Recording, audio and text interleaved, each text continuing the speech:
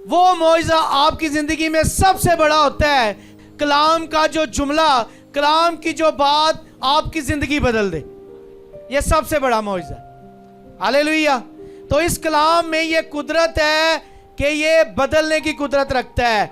आज दुनिया, कौमें, टीवी चैनल ये कहते हैं कि ये बदल चुका है, ये बदला नहीं है। जो इसको पढ़ता है, जो इस पर गौर करता है, वो बदल जाता है।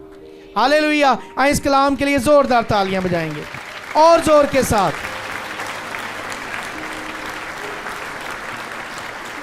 थोड़ा सा हम जरा पिछले इतवार जो कलाम सुना था उसको जरा रिकैप करेंगे ताकि जो बहन बहन नहीं आए वो भी सुने और जिन्होंने सुना है उनको भी याद आ जाए। शाऊल की जिंदगी से हमने सीखा था कि खुदा उससे जुदा हो गया। खुदा उससे, तो हमने इस बात पर गौर किया था कि हमने अपनी जिंदगी में मोहतात रहना है, एहतियात करनी है कि खुदा का पाक रूह हमसे जुदा ना हो। तुम इसका नाम इमैनुएल रखना, जिसका तर्जुमा है खुदावंद तुम्हारे साथ। वो हमारे साथ रहना चाहता है और साथ है भी।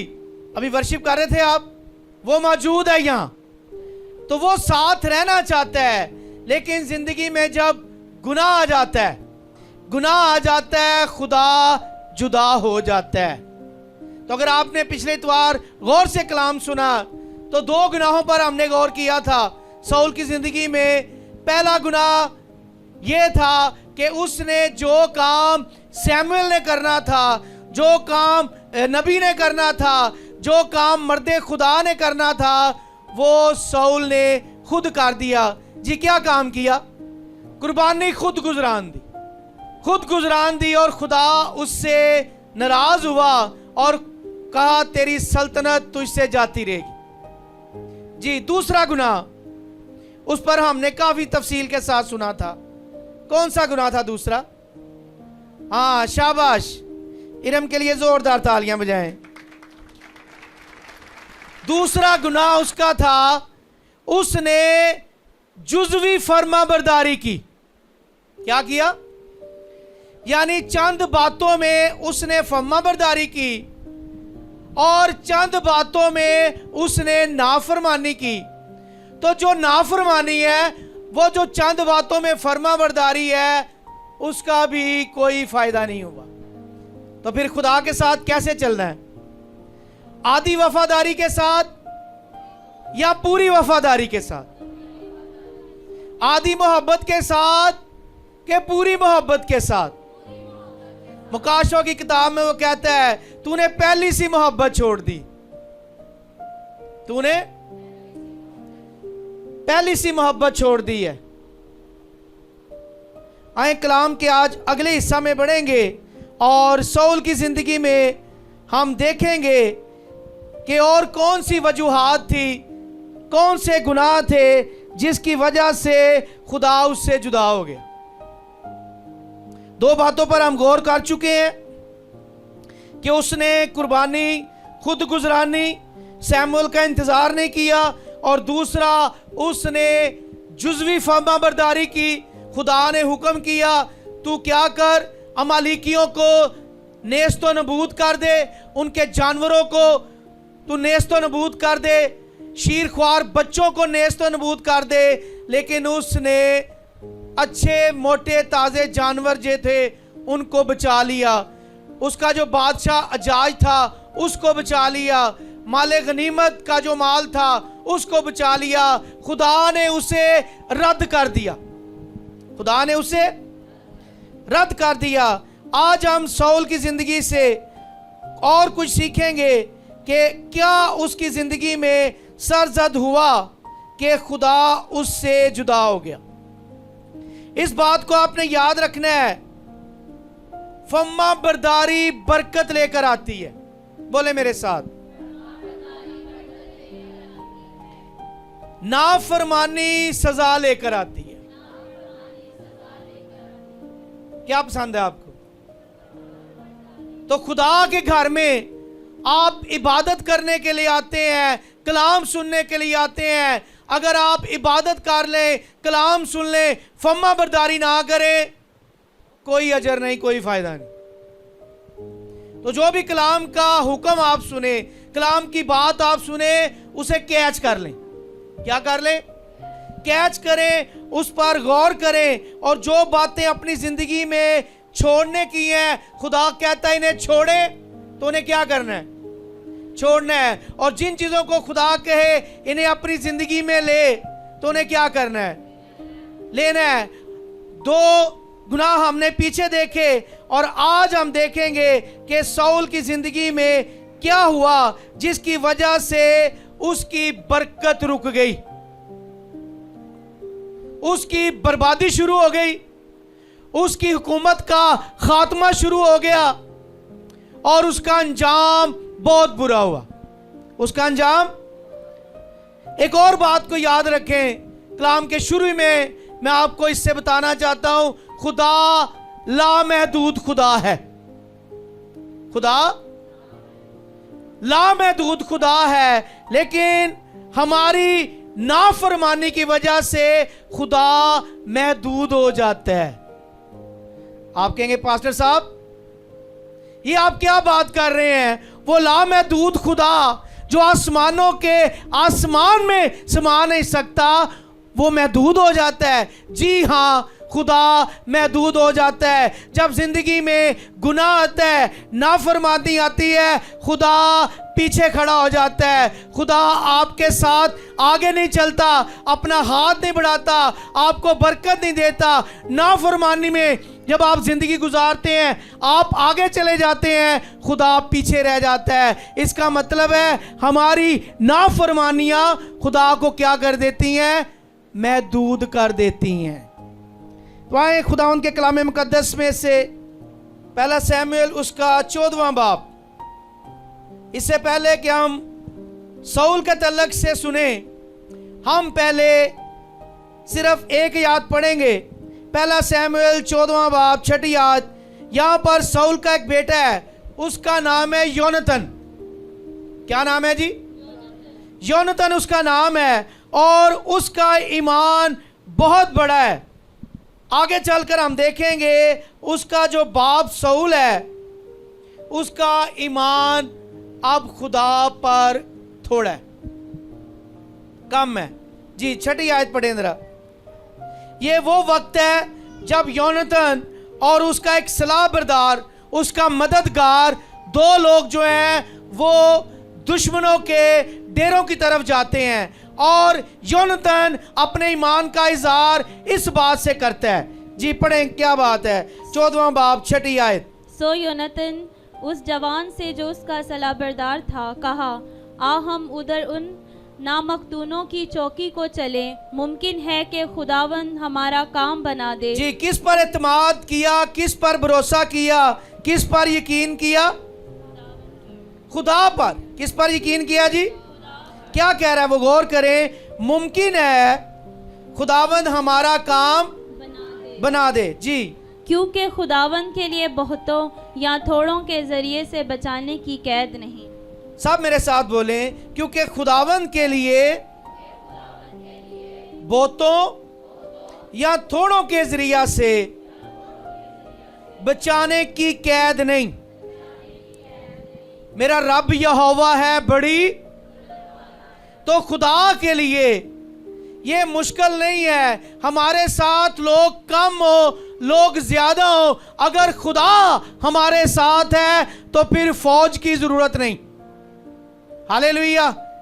अगर खुदा हमारे साथ है तो फिर बहुत ज्यादा रुपए पैसे की जरूरत नहीं।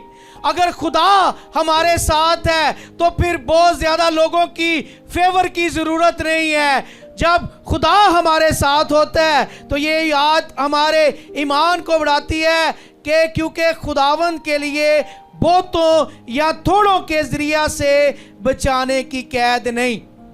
खुदा बचाने और छुड़ाने की कुदरत रखता है। हालेलुया। और इसी ईमान की बदौलत इन 2 लोगों ने 20 लोगों को वहां पर कत्ल कर दिया और इन्होंने फतह पाई। लेकिन इसी सिनेरियो में, इसी पस मंजर में, जहां पर हमें जंग नजर आती है, उसका जो बाप शाऊल है, अब सुने उसका ईमान क्या है और उसका इकरार क्या है। जी 14वां बाब 18वीं आयत से पढ़ें। और शाऊल ने अखिया से कहा, खुदा जी का शाऊल ने किससे कहा? तो अखिया यहाँ पर काहिन है, अखिया यहाँ पर काहिन है। और आपने इस बात को याद रखना है, बनी इस्राइल जंग पर जाते वो अहद का संदूक साथ लेकर जाते थे। अहद का संदूक क्या था? अहद के संदूक में हाँ हरून का आसा था, मन था और सबसे अहम खुदा का कलाम था। खुदा का यरू की दीवार जब गिरी है, हर रोज एक चक्कर और 7वें दिन 7 चक्कर, वो इस सारे टाइम में, इस मार्च में चलने में अहद का संदूक उनके आगे आगे, अहद का संदूक उनके। और यहां पर भी जंग में अहद के संदूक के तल्लक से शाऊल ने अखिया से कहा। जी क्या कहा? खुदा का संदूक यहाँ लाओ, क्योंकि खुदा का संदूक उस वक्त बनी इस्राएल के साथ वही था। जी उसने उस सारे टाइम पीरियड में जब जंग जारी थी, और क्या कहा? अहद के संदूक को यहाँ लाओ। जी 19वीं आयत। और जब शाऊल काहिन से बातें कर रहा था तो फलस्तियों की लश्करगाह में जो हलचल मच गई थी वो और ज्यादा हो गई। जी सुने जरा गौर से, पहले वो कह रहा है कि अहद का संदूक जो है यहाँ लाओ, लेकिन जैसे ही उसने हालात देखे, मंजर देखा कि हलचल मच गई है, शोर शराबा सुना, और कलाम फरमाता है, जी सुने गौर से, तब शाऊल ने काहिन से कहा कि अपना हाथ खींच ले। जी अब उसने हालात को देखकर, जंग की सिचुएशन को देखकर, अफरा तफरी को देखकर उसने क्या किया है? अपने ईमान में कमजोर हो गया और अब काहिन को कह रहा है खुदा की मर्जी पूछने की जरूरत नहीं, खुदा का मशवरा लेने की जरूरत नहीं है। अब तू क्या कर, अहद के संदूक से अपना हाथ खींच ले, क्योंकि टाइम कम है और दुश्मन जो है वो चढ़ाई कर रहा है। योनातान का ईमान क्या था? अभी आपने पढ़ा है कि खुदावंद के लिए कामियां ज्यादा की कोई कैद नहीं। बाप का ईमान कैसा है? बाप ने पहले कहा है कि अहद का संदूक पास लाओ, और जैसे ही मुश्किल हालात देखे हैं उसने काहिन को मना कर दिया। क्या कर दिया?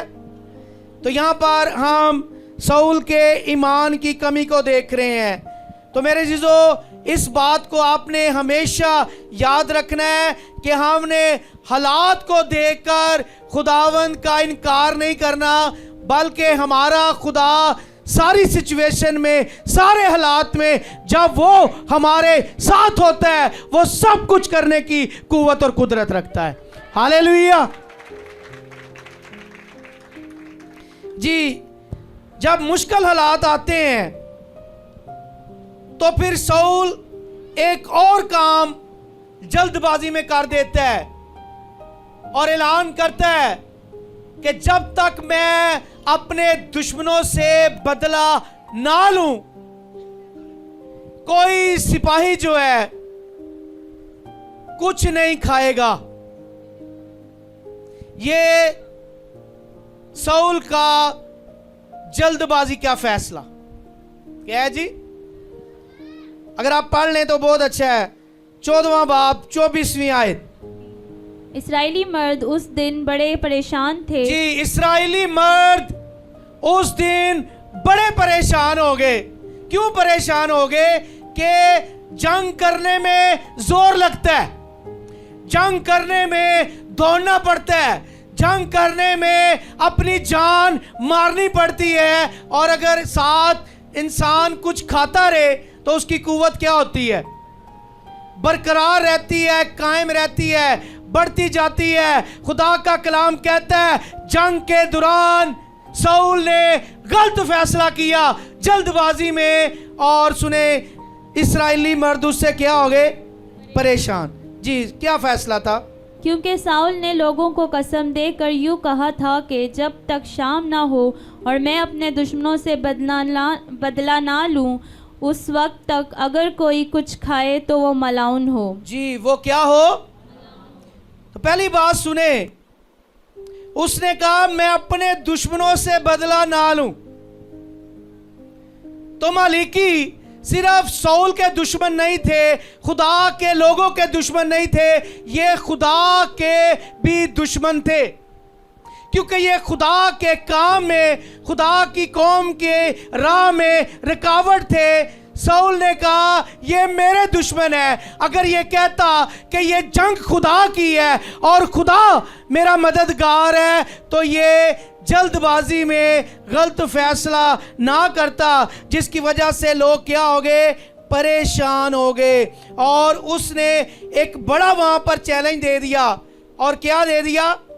अगर कुछ कोई खाए जब तक शाम ना हो, जब तक, यानी उसे अपने लोगों की फिक्र नहीं है कि वो कुछ खाएं, वो शेर हो, वो ठीक तरीके से लड़े, उसे सिर्फ अपनी जंग में फतह की पड़ी हुई है कि जल्द अज जल्द दुश्मन जो है नेस्त हो जाए। कलाम कहता है लोग इससे क्या हो गए? परेशान हो गए। क्या हो गए जी? और साथ उसने उसे क्या कह दिया उन्हें? अगर कोई कुछ खाए तो वो क्या है? इस सबब से उन लोगों में से किसी ने खाना चखा तक ना था। और कलाम फरमाता है इसकी वजह से इन्हें बड़ा नुकसान हुआ। जिस तौर से इन्हें फतह मिलना चाहिए थी, फतह नहीं हुई। लेकिन मैं आपकी तवज्जो जिस बात की तरफ दिलाना चाहता हूं, जल्दबाजी की वजह से इसने अपने लोगों को कहा वो मलाऊन हो। क्या हो जी? क्या मतलब है मलाऊन का? मलाऊन का मतलब क्या है? अच्छा, लानती का मतलब क्या है? ये तो हमने बड़ा सुना है, मलाऊन का मतलब है लानती। लेकिन इस बात पर भी हमने सीखना है कि ये लफ्ज कितना सख्त है और इसके बारे में जो इसका मतलब है वो कितना भयानक है। और जब आप इसका मतलब आज सीख के जाएंगे, आप किसी को लानती नहीं कहेंगे, किसी को मलाऊन नहीं कहेंगे। इतना सख्त इसका मतलब है जी। 4 इसके लिए पॉइंट हैं, गौर से सुने। पहला मतलब है जिससे हलाकत की सजा मिल चुकी हो, उसे क्या कहते हैं? लानती। तो दरअसल वो लोग जो साउल के लिए अपनी जान देने के लिए मैदान जंग में उतरे हुए थे, इसने उन पर क्या लानत मुकर्रर कर दी? जिससे हलाकत की सजा मिल चुकी, जिससे हलाकत की सजा। दूसरा इसका मतलब है जिस पर खुदा का कहर और गजब हो। तीसरा इसका मतलब है जो अब्दी सजा का मुस्तहिक हो, जो अब्दी सजा का। और चौथा मतलब इसका बड़ा खतरनाक है, जो खुदा से मुस्तकिल जुदाई पा चुका हो, वो लानती। वो तो कभी भी अपने बच्चों को लानती नहीं कहना, कभी भी अपने घर के लोगों को लानती ना कहें, बल्कि किसी को भी ना कहें, क्योंकि इसका जो मतलब है वो बड़ा भयानक है, वो बड़ा। तो यहां पर साउल ने जल्दबाजी में क्या किया? गलत फैसला ले लिया और अपने लोगों को इस बात के लिए मलाऊन कह दिया कि शाम तक कोई कुछ ना चखेगा। वजह क्या थी? वो चाहता था मैं जल्दी जल्दी जंग जीत जाऊं, मैं क्या कर जाऊं? जल्दी जल्दी जंग जीत जाऊं। और इसके जल्दबाजी के फैसले में से इसकी सल्तनत जाती रही, इसको रद्द कर दिया गया, खुदा का रूह इससे जुदा हो गया। और जब ये अब नाफरमानी की राह पर चल पड़ा है, तो फिर अब इससे आगे गुनाह सरजद हो रहे हैं। क्या हो रहे हैं जी? गुनाह सरजद हो रहे हैं। ईमान में ये कमजोर हो गया, गलत फैसला इसने कर दिया और अब एक बड़ा गुनाह उसने इसकी जिंदगी में सर उठाया और वो था हसद। जी, हसद इसकी जिंदगी में पता क्यों आया? जब दाऊद ने जाति जूलियत को हलाक किया और लोगों ने नारे लगाना शुरू किए, औरतों ने नारे लगाना शुरू किए, शाऊल ने हजारों को मारा, लेकिन दाऊद ने कितनों को? लाखों को मारा।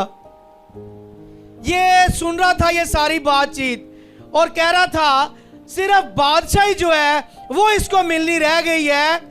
लोकी तेरी भाई बल्ले बल्ले करन डे ने। इसके दिल में क्या आ गया?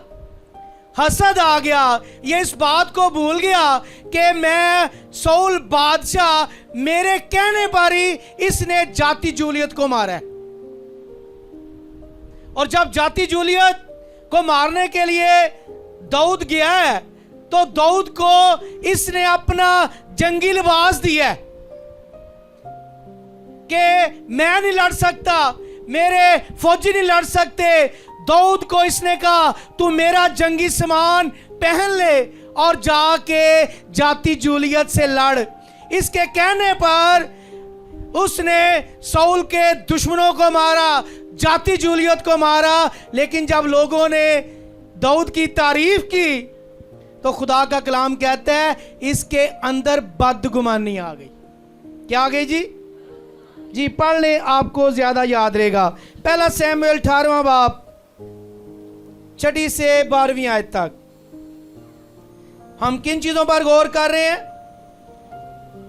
शाऊल की जिंदगी में जो गुनाह सरजद हुए, जिनसे खुदा उनसे जुदा हो गया।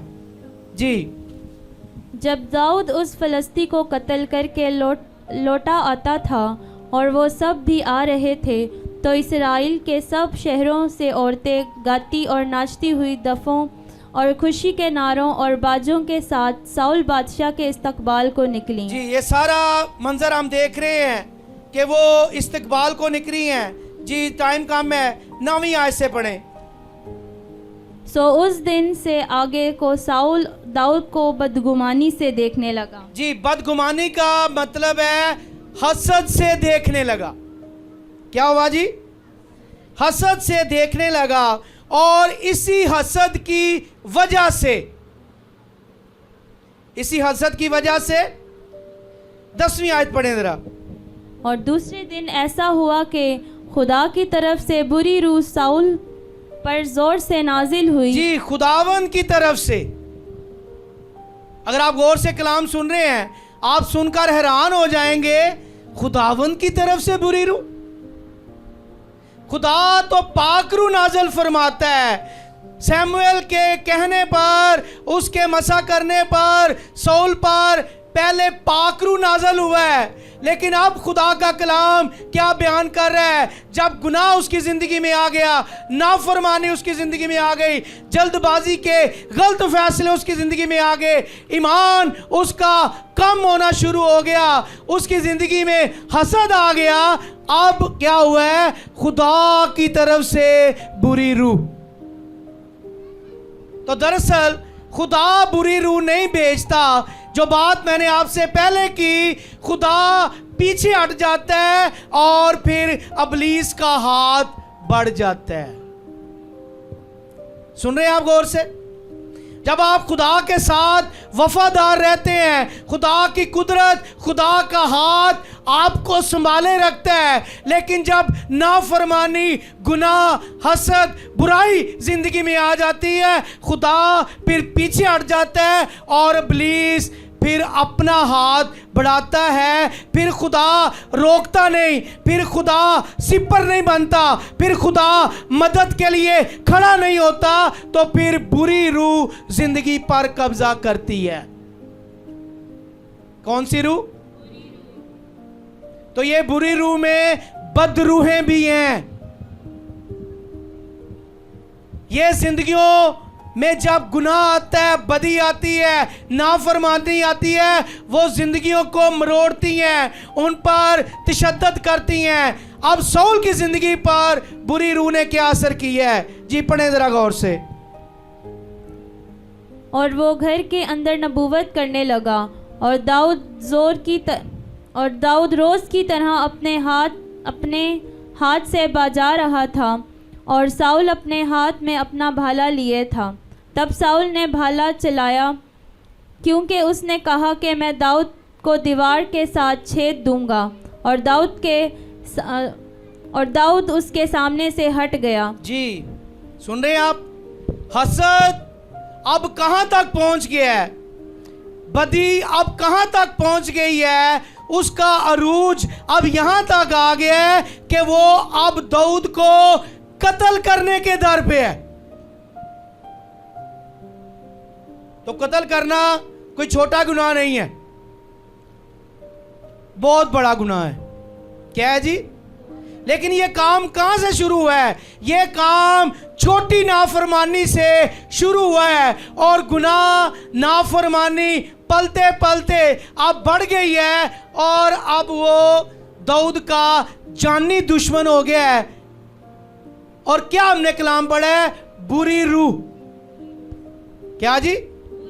तो इस बात को याद रखें, जब आप खुदा के ताबे नहीं रहते, जब जिंदगियां खुदा के ताबे नहीं रहती, पाक रूह जुदा हो जाता है, खुदा जुदा हो जाता है, फिर बुरी रूह कब्जा करती है, घरानों को बर्बाद करती है, जिंदगियों को बर्बाद करती है और जिंदगियों में फिर तरह तरह के बुरे गंदे घिनौने गुनाह आ जाते हैं, क्योंकि बुरी रूह ने कब्जा कर लिया है। क्या कर लिया? तो फिर किधे कब्जे च रहना है? फिर खुदा के हाथ के नीचे रहना है। कलाम में लिखा है, खुदावंद का हाथ छोटा नहीं जो बचा ना सके और खुदावंद का कान भारी नहीं जो सुन ना सके। हम तो यहां पर खुदा के हाथ की बात कर रहे हैं। खुदा के हाथ की तो उंगली उस बदचलन बदकार औरत की तरफ के लिए बढ़ती है और लोग एक औरत को यीशु के पास लेकर आते हैं और कहते हैं ये ऐन फेल के वक्त पकड़ी गई है, शरीयत ये कहती है इसे संसार किया जाए।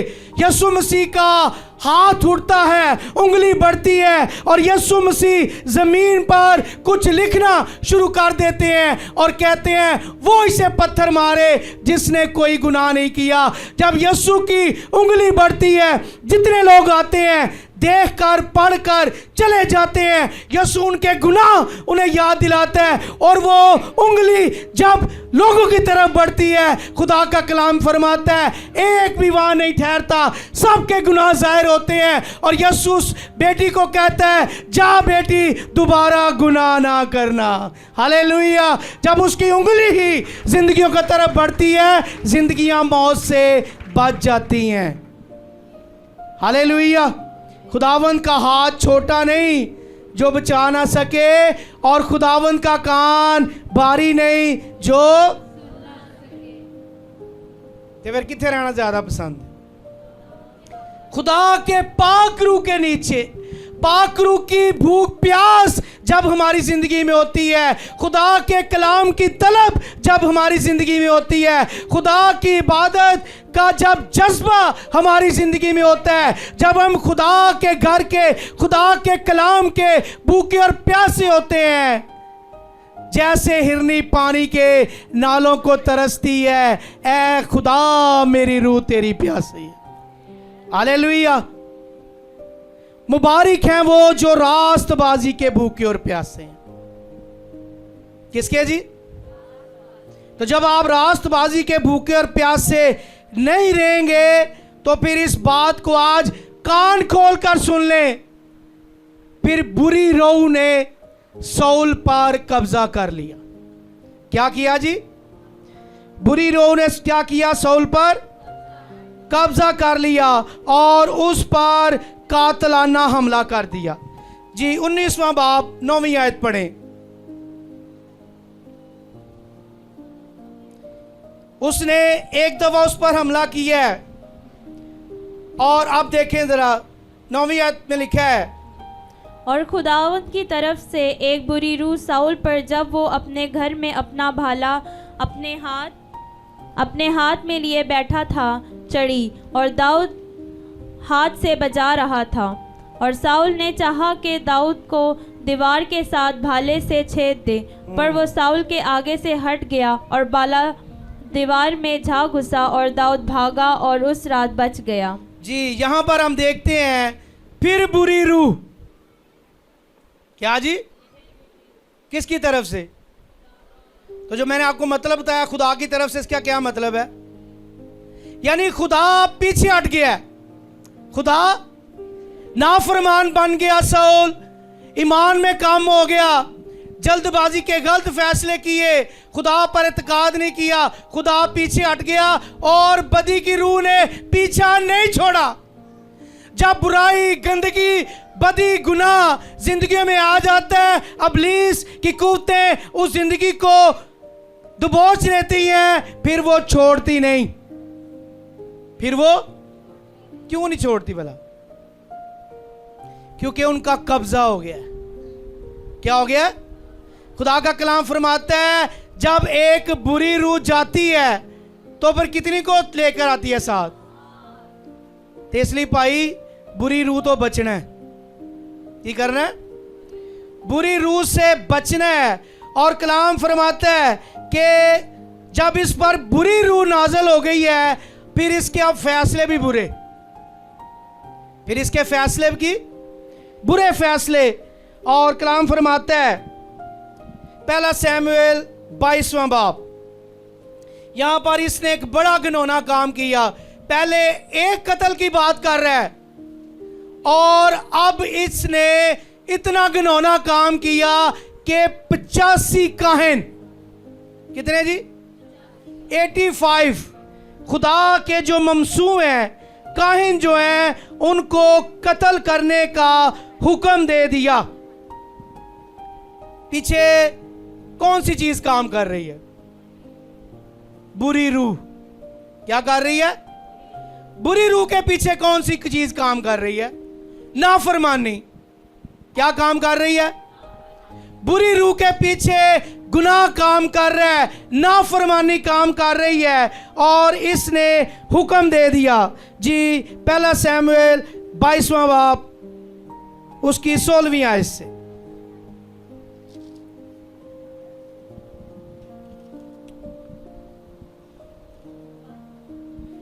यहां पर साउल जो है गुस्से में आग बबूला हो गया है, दाऊद को ढूंढ रहा है और इसे इत्तला मिलती है कि दाऊद जो है वो अखमीक काहिन जो है उसके पास छुपा हुआ है।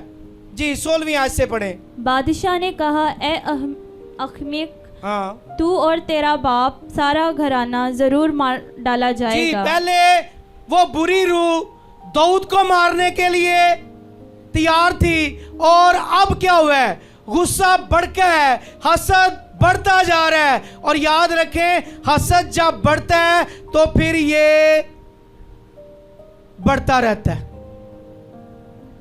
क्या होता है?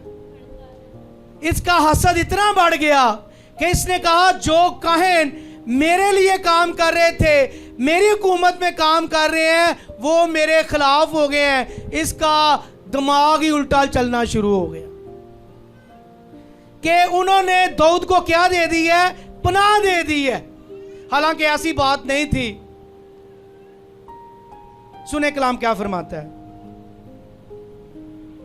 फिर बादशाह ने उन सिपाहियों को जो उसके पास खड़े थे हुक्म किया कि मुड़ो और खुदावंद के काहिनों को मार डालो। जी क्या करो? खुदावंद के काहिनों को ऊंचा बोले। साउल ने क्या हुक्म दिया? खुदावंद के काहिनों को। किन्हें हुक्म दिया? सिपाहियों को। जी सुने गौर से।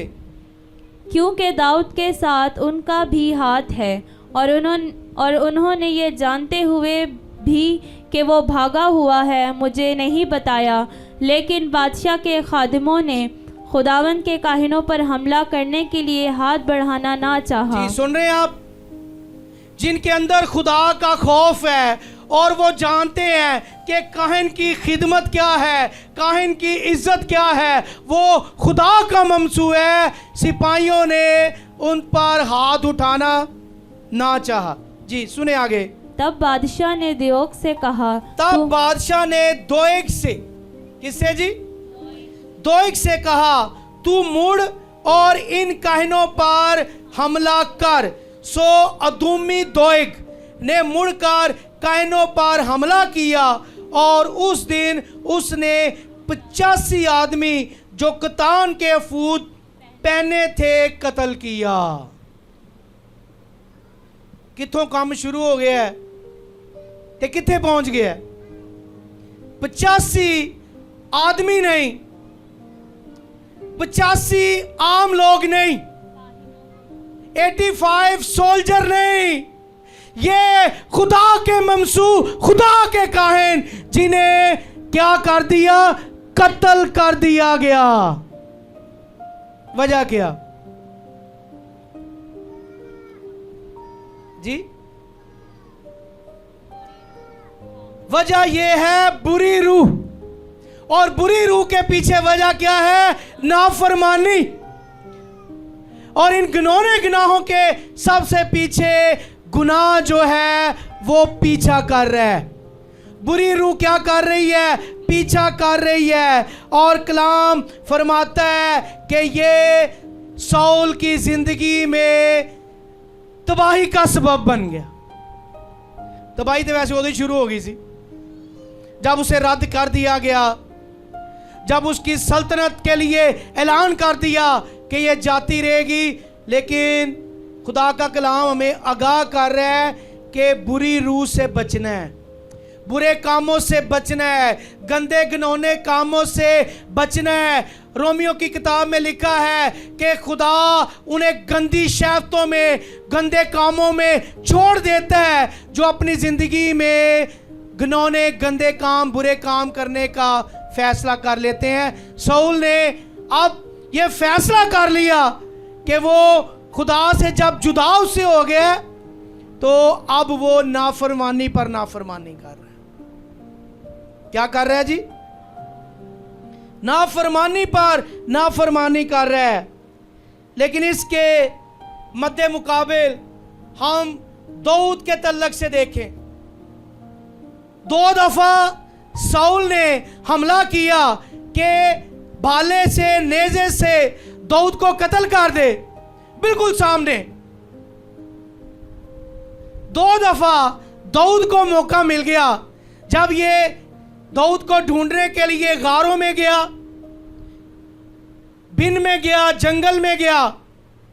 2 दफा दाऊद को मौका मिला कि वो साउल को कत्ल कर दे, लेकिन कलाम फरमाता है दाऊद ने ऐसा नहीं किया। एक दफा तो दाऊद साउल के इतना करीब चला गया कि साउल सो रहा था, वो उसके जुबा का दामन काट कर ले आया और दूर जाकर उसने कहा, साउल मैं तेरा गला भी काट सकता था, तुझे कत्ल भी कर सकता था, लेकिन मुझे इस बात का ख्याल आया कि तू खुदा का ममसू है। दाऊद ने ऐसा काम नहीं किया। एक और दफा मौका मिला दाऊद को साउल को मारने का। साउल जो है अपनी फौज के जो दिलेर सिपाही हैं उनके दरमियान सो रहा था। क्या कर रहा था? उनके दरमियान सो रहा था। दाऊद अपने लोगों के साथ गया, बजाय के दाऊद साउल को मार देता, इसने उसकी सुराही और नेजा उठाकर गार से बाहर आ गया और दूर जाकर बुलंद आवाज से पुकारा कि देख मैं तेरे इतना करीब था, तुझे मार भी सकता था, लेकिन मैंने तुझे मारा नहीं। वजह क्या है? दाऊद का ईमान खुदा पर था। दाऊद का ईमान, दाऊद ये नहीं चाहता था, जल्दबाजी नहीं कर रहा था कि बादशाह इसके बाद मैंने बनना है और मैं जल्दी से इसको कत्ल करके बादशाह बन जाऊं। दाऊद ने सब्र किया। दाऊद ने उसने खुदा के ममसू पर हाथ नहीं उठाया, गुनाहगार नहीं हुआ, उसने सब्र किया। लेकिन साउल जो है वो अपनी जिंदगी में गलत फैसले कर रहा है। टाइम हमारा हो चुका है, 2 पॉइंट अभी बाकी हैं। अगले इतवार हम इन पर गौर करेंगे। अभी तक जितनी बातचीत हमने सुनी है, सीखी है, इस पर गौर करें। एक छोटी सी नाफरमानी, एक छोटा सा गुनाह, वो कितनी बड़ी और कितनी ज्यादा हलाकतों का सबब बना है। गौर कर रहे हैं आप? इसलिए जब कभी जिंदगी में ऐसा वक्त आए, आजमाइश आए, बदी आए, अभी बिगिनिंग, शुरू में कोई ऐसे हालात पैदा हो, एकदम से अपना हाथ और अपना पांव रोक लें, आप बच जाएंगे। क्या होगा? लेकिन अगर आप बढ़ते ही जाएंगे तो फिर हलाकत आपका इंतजार कर रही है, बुरी रूह आपका इंतजार कर रही है। आपकी जिंदगी के जल्दबाजी के गलत फैसले आपके घराने के लिए, आपके बच्चों के लिए ठोकर का बाइस बन सकते हैं। सुन रहे आप? तो फिर कैसी जिंदगी इख्तियार करनी है? साउल जैसी जो मारने के दर पर है, या दाऊद जैसी जो बचाने के दर पे है? हालेलुया। तो दाऊद के नाम का मतलब है खुदावंद का शुक्रगुजार। क्या है जी?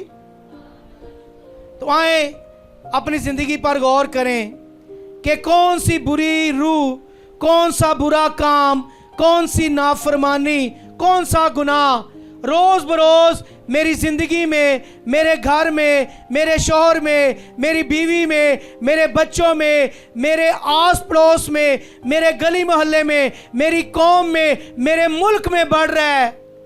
मेरे अज़ीज़ों, मैंने कलाम के शुरू में कहा कि खुदा ने मुझे और आपको खास मकसद के लिए, अपने जलाल के लिए खलक किया।